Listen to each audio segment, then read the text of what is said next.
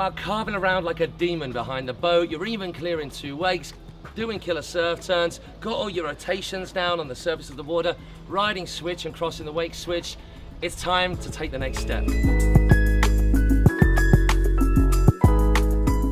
That next step is doing wake 180s. And we're going to start off with exactly the same as the wake jumps, one wake 180s to keep it nice and simple and super safe. First thing to do is get the line length right and the boat speed correct for what you're about to try. So you want about your normal riding length, i.e. not super long, not super short. And then you want the boat speed a little bit slower than your normal riding speed when you're doing your wake jumps and carving around behind that boat. Now you've got that set, we are going to move outside of the wake on your toe side edge. Not too far, not as far as you would for your wake jump, about half the width.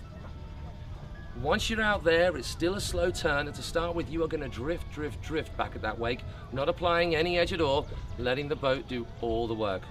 That momentum is going to carry you all the way up and over the wake. Now, you are not going to take off into the air at this stage. You are going to perform a surface 180 over the top of the wake, keeping that board on the water.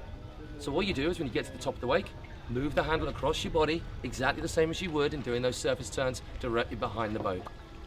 If you've gone through every progressional step, like you should have done, you should be comfortable riding around on your toe side edge switch as well, which means you can practice this same over the wake surface 180 on both sides.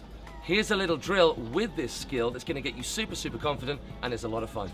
Do exactly the same over the wake surface 180 you've just done, and when you end up behind the boat, you're going to do a surface 180 the other way, and you're going to do the same 180 again, going outside of the wake. You get to the top, you move the handle, keep the handle moving, get over the wake and keep on moving out on your toes. Then you're going to come back in, do exactly the same thing. Then once you're behind the boat, you turn that board around again and get moving outside the wake for a wake 180 going out to in, and keep on going until you can't do any more. Once you've got those 180s keeping the board on the surface over the wake, now it's time to get some air. To do it, you're going to go a little bit wider than you have been doing up to this point. You're going to apply a little bit more edge, and at the top of the wake, you're going to extend, just like you've already practiced on your wake jumps. Once you extend, you're then going to move the handle in exactly the same way that you've already been doing for the 180s, except a little bit more aggressively.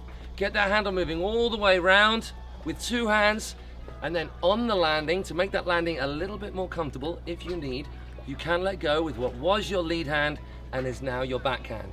And you're going to keep that handle moving until it's as far around as it will go. You've already been doing this surface 180 on both sides of the wake, so you might as well try and get some air on both sides of the wake as well. Keep them moving at the same pace.